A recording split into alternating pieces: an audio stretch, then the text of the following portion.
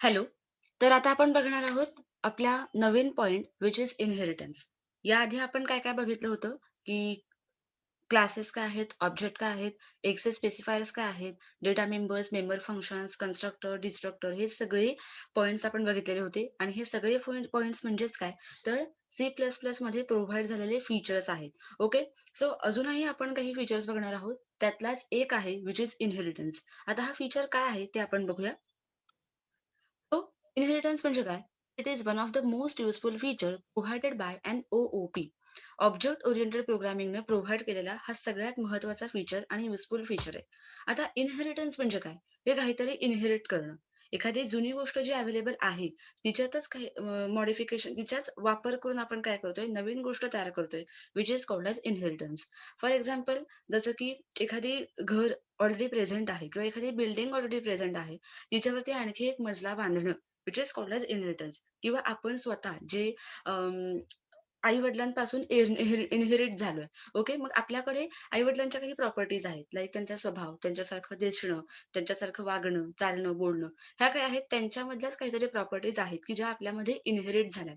म्हणजेच काय, की एखादी जुनी गोष्ट आहे, की तिचा वापर करून आपण काय केली, नवीन गोष्ट तयार केली, which is called as inheritance. मग आपण इनहेरिटन्स C++ मध्ये का वापरतोय? किंवा कशासाठी वापरतोय?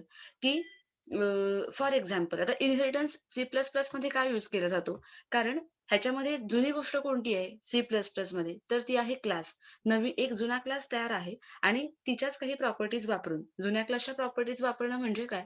की त्याचे डेटा मेंबर्स आणि मेंबर फंक्शन्स ह्या त्याच्या काही प्रॉपर्टीज आहेत. त्या वापरून एखादा नवीन क्लास तयार करणं, which is called as inheritance. Okay. Inheritance means derivation. Derivation जर तुम्ही मॅथ्समध्ये वगैरे बघितलं असाल, that is obtaining new things from old things. Derivation म्हणजेच काय किंवा इनहेरिटन्स म्हणजे काय, की जुन्या गोष्टींवरून नवीन गोष्ट तयार करणं, which is called as inheritance.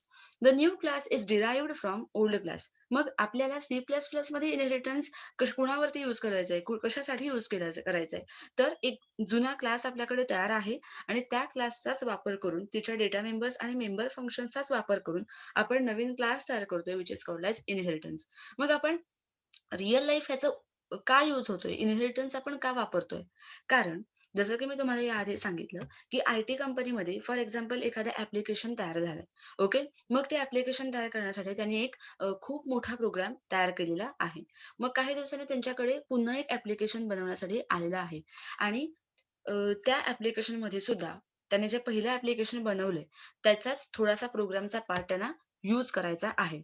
मग instead of writing the program again पुन्हा तो प्रोग्राम लिहिण्यापेक्षा ते काय करू शकतात, जो अगोदर त्यांनी प्रोजेक्ट तयार केलाय, त्यातला म्हणजे अगोदर त्याने जे काही ॲप्लिकेशन तयार केलंय, त्यातलाच जो बेसवाला प्रोग्राम आहे, ते यूज करू शकतात आणि त्याच्या आधारे नवीन एक प्रोग्राम ते तयार करू शकतात, which is called as inheritance. म्हणजे त्यांचा जो वेळ आहे, त्यांचे जे काही कष्ट आहेत, मोठा प्रोग्राम लिहिणं ही खूप अवघड गोष्ट आहे. जसं की आपल्याला कधी-कधी आउटपुट नाही आलं किंवा एखादं एरर फाइंड आउट झाला, मग तो रिसॉल्व्ह करणं हे खूप हेक्टिक होऊन जातं किंवा कॉम्प्लिकेटेड होऊन जातं. आपण लगेच फ्रस्ट्रेट होतो. ओके. मग रिअल लाईफमध्ये जेव्हा हे लोकं प्रोग्रामर जेव्हा ॲप्लिकेशन किंवा वेबसाईट बनवत असतील, तेव्हा ह्या सगळ्या गोष्टी तयार करणं हे खूप हेक्टिक आणि खूप कठीण काम आहे. मग अशा वेळी ते काम वाचावं किंवा त्यांचा वेळ वाचावा, त्यांचं फ्रस्ट्रेशन वाचावं, यासाठी इनहेरिटन्स वापरलं जातं, की अगोदर काही एक प्रोग्राम तयार आहे आणि नवीन जर आपल्याला एखादं ॲप्लिकेशन बनवायचं असेल आणि त्याच्यातलेच जुन्या प्रोग्राममधल्या काहीतरी आपल्याला गोष्टी वापरायच्या असतील, तर आपण त्या वापरू शकतो आणि त्याच्याशी आधारितच आपण नवीन प्रोग्राम करू शकतो, which is called as inheritance. We just have to create a new class that inherits all the properties of old class. मग आपल्याला नेमकं काय करायचंय याच्यामध्ये, की एक नवीन क्लास तयार करायचा आहे जुन्या क्लासच्या आधारे आणि त्याच्या प्रॉपर्टीज आपण वापरू शकतो. The old class is called as base class or parent class or super class. मग जो जुना क्लास आहे आपला, की ज्याच्या आधारे आपण नवीन क्लास तयार करणार आहोत, त्या ओल्ड क्लासला, त्या जुन्या क्लासला बेस क्लास, पेरेंट क्लास किंवा सुपर क्लास असं म्हटलं जातं. आता ही जस्ट थिअरी आहे. जेव्हा मी प्रोग्राम तुम्हाला एक्सप्लेन करेन, तेव्हा तुम्हाला समजणारच आहे. The new class is called as derived class or child class or sub class. जो कोणी नवीन क्लास आहे, की ओल्ड क्लासच्या आधारे आपण नवीन क्लास तयार केलाय, त्याला आपण डिराइव्हड म्हणतो. डिराइव्हड म्हणजे काय, की कुणाच्या तरी आधारे आपण बनवलाय म्हणून त्याला डिराइव्हड असं म्हटलं जातं किंवा चाइल्ड क्लास किंवा सब क्लास असं म्हटलं जातं. ओके. आता त्याचा सिंटॅक्स बघूया काय आहे. सिंटॅक्स आहे class derived class name syntax आहे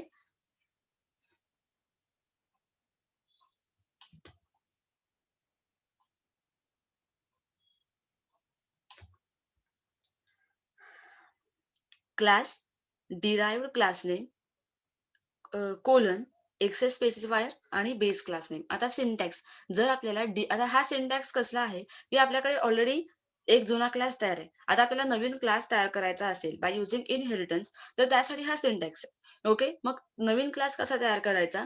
तर क्लास क्लास असा कीवर्ड लिहायचा. ओके. त्याच्यानंतर डिराइव्ड क्लास नेम जो आपला नवीन क्लास आहे.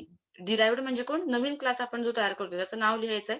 फॉर एक्झाम्पल इथे मी लिहितेय स्टुडंट कोलन हा आपला नवीन क्लास आहे. एक्सेस स्पेसिफायर कोलन नंतर कोलन काय सांगते, की हे जे काही आपण लिहिलंय ते कुणाच्या आधारे लिहिलेलं आहे हे सांगते. Access specifier access specifier use करायचंय कुणासाठी? तर बेस क्लाससाठी. बेस क्लाससाठी आपण एक्सेस स्पेसिफायर लिहितोय. मग एक्सेस स्पेसिफायर काय असू शकतं? प्रायव्हेट, पब्लिक आणि प्रोटेक्टेड हे आपले 3 एक्सेस स्पेसिफायर आहेत. ह्यातला कोणताही एक वापरून आपण बेस क्लासचं म्हणजे जो काही आपला जुना क्लास आहे, तो लिहायचा आहे. मग बेस क्लास आहे आपला for example college. Okay. Base क्लासच्या आधारे आपण स्टुडंट नावाचा नवीन क्लास तयार केलेला आहे. मग कोलन काय सांगतंय, की क्लास स्टुडंट हा जो नवीन क्लास आहे, तो कुणाच्या आधारे बनलेला आहे. तर तो कुणाच्या आधारे बनलेला आहे? कॉलेजच्या आधारे बनलेला आहे. कॉलेजच्या बेस क्लासच्या आधारे बनलेला आहे. पण इथं आपण आधी प्रायव्हेट, पब्लिक किंवा प्रोटेक्टेड यापैकी कोणतंही एक एक्सेस स्पेसिफायर द्यायचा आहे. मग एक्सेस स्पेसिफायर जसं मी तुम्हाला सांगितलं, की प्रायव्हेट म्हणजे काय? प्रायव्हेटच आहे. आपण काहीही एक्सेस करू शकत नाही. पब्लिक म्हणजे काय? की सगळे एक्सेस करू शकतो आणि प्रोटेक्टेड म्हणजे काय? की मोजकंच एक्सेस करू शकतो. मग जर आपण हा प्रायव्हेट ठेवला, जो काही बेस क्लास आहे, तो आपण प्रायव्हेट ठेवला, तर स्टुडंट हा क्लास याच्या प्रॉपर्टीज म्हणजेच डेटा मेंबर्स आणि मेंबर फंक्शन्स काहीही वापरू शकणार नाही. समजा आपण त्याला पब्लिक ठेवला, तर तो सगळं वापरू शकतोय आणि समजा जर प्रोटेक्टेड ठेवला, तर थोड्याच गोष्टी तो वापरू शकतोय. पण आपल्याला असलं काहीही करायचं नाहीये. आपल्याला ह्या बेस क्लासला ह्या डिराइव्हड क्लासला बेस क्लासच्या सगळ्या प्रॉपर्टीज म्हणजेच व्हेरिएबल्स आणि फंक्शन्स वापरू द्यायचं आहे. म्हणून आपल्याला प्रत्येक वेळी पब्लिक ठेवायचं आहे. पब्लिक एक्सेस स्पेसिफायरच यूज करायचा आहे. जेव्हा वन बाय वन मी प्रत्येक वेळी एक्झाम्पल घेईन तेव्हा तुम्हाला सांगणारच आहे. ओके.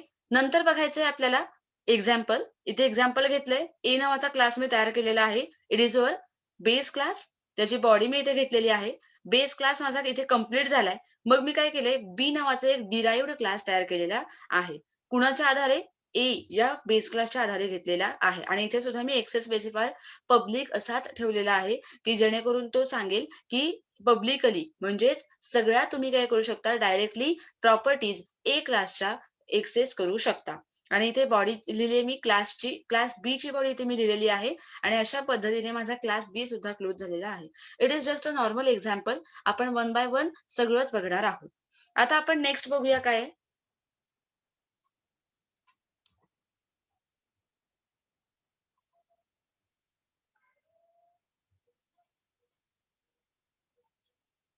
आता टाइप्स बघूया आपण वन बाय वन इनहेरिटन्स आहे. Okay. There are 5 different types of inheritance which are as follows. आता 5 टाइप्स आहेत इनहेरिटन्सचे. पहिला आहे सिंगल इनहेरिटन्स. ओके.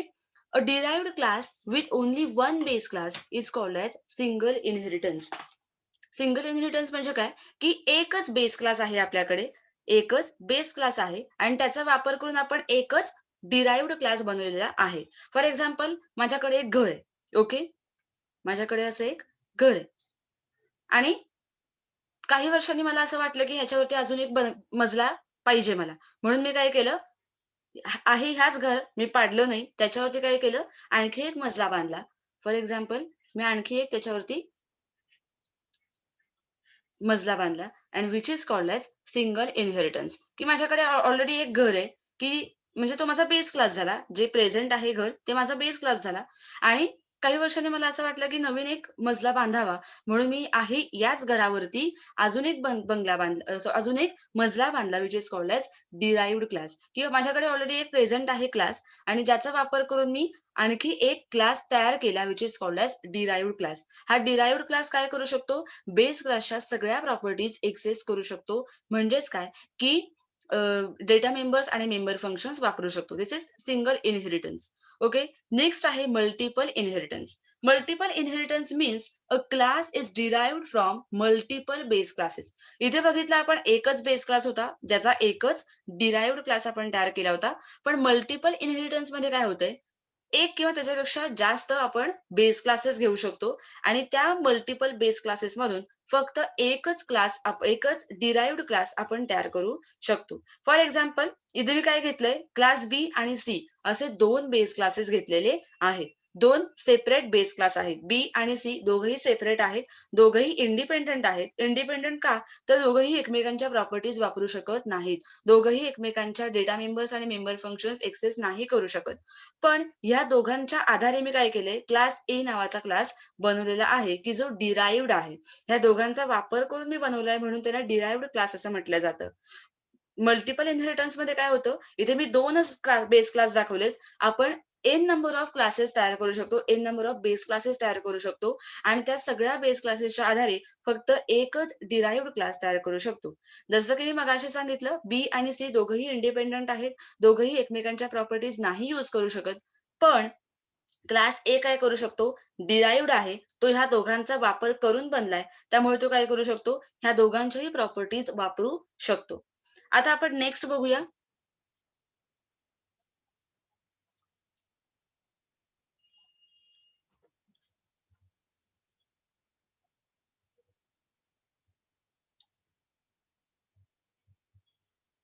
नेक्स्ट आहे third inheritance which is hierarchical inheritance. Hierarchical means one base class has more than one derived class. मगाशी आपण बघितलं होतं, की 2 आपल्याकडे काय आहेत? बेस क्लासेस आहेत. त्यांच्या आधारे आपण एकच फक्त डिराइव्हड क्लास घेतलेला आहे.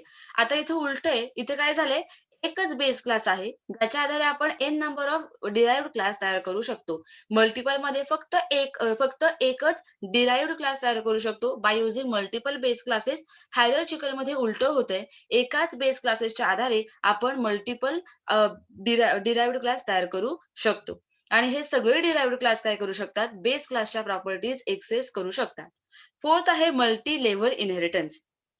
Multi level inheritance means deriving one class from another derived class. Multi level म्हणजे काय करतंय, की एका क्लासच्या एक क्लास कसा तयार होतोय? डिराइव्हड क्लासच्या आधारे तयार होतोय. म्हणजे इथे मी फॉर्म घेतलेला आहे. हा आपला एक बेस क्लास आहे ए नावाचा. त्याच्या आधारे मी बी नावाचा डिराइव्हड क्लास तयार केलेला आहे. आणि ह्या बी या डिराइव्हड क्लासच्या आधारेच आणखी एक सी हा डिराइव्हड क्लास तयार केलेला आहे. म्हणजे बी या डिराइव्हड क्लासचा बेस क्लास आहे ए आणि सी या डिराइव्हड क्लासचा बेस क्लास आहे हा बी. ओके. सी या डिराइव्हड क्लासचा बेस क्लास ए नाही. त्याचा बेस क्लास आहे बी. ओके. सगळेही हे तिघही एकमेकांवरती डिपेंड आहेत. ए हा कुणापासून बनलाय? बी हा कुणापासून बनलाय? ए पासून बनलाय. सी हा कुणापासून बनलाय? तर बी पासून बनलेला आहे. त्यामुळे ए हा बी चा बेस क्लास आहे आणि बी हा सी चा बेस क्लास आहे. ओके. जसं की फॉर एक्झाम्पल मी काय केलंय, हे माझं पहिला मजला आहे. मला काही वर्षांनी असं वाटलं अजून एक मजला बांधावा, म्हणून मी अजून एक मजला बांधला आणि मला काही वर्षांनी आणखी वाटलं, की दुसऱ्या मजल्यावरती आणखी एक तिसरा मजला असावा, म्हणून मी दुसऱ्या मजल्याच्या वरती आणखी एक तिसरा मजला बांधलेला आहे. This is multi level inheritance. आता इथे मी 3च क्लासेस घेतलेले आहेत. ह्याच्या खालती आपण कितीही क्लासेस तयार करू शकतो. फॉर एक्झाम्पल जसं की 3च मजले बांधले. मला आणखी वाटलं, की आज आणखी 2 मजले असावेत, तरीही मी बांधू शकते. This is called as multi level inheritance. Next बघूया. शेवटचा एकच टाइप राहिलेला आहे आपला आणि तो आहे which is hybrid inheritance. Hybrid म्हणजे काय? की कॉम्बिनेशन.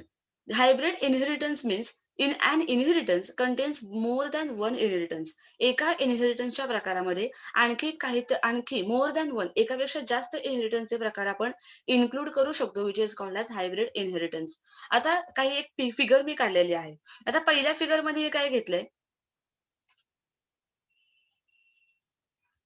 ए नावाचा बेस क्लास घेतलेला आहे.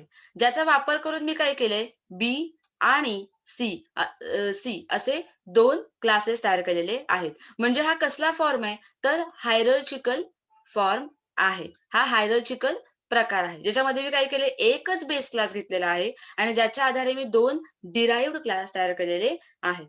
मग पुन्हा काय झालंय, डी हा क्लास तयार झालेला आहे. तो कुणापासून बनलाय, तर बी आणि सी या दोघांपासून बनलेला आहे. म्हणजे बी आणि सी या 2 क्लासेस पासून मी काय केलंय, एक क्लास तयार केलेला आहे, व्हिच इस डी. आता हा कोणता फॉर्म आहे, बी आणि सी 2 बेस क्लासेसच्या आधारे एकच डिराइव्हड क्लास तयार झालेला आहे.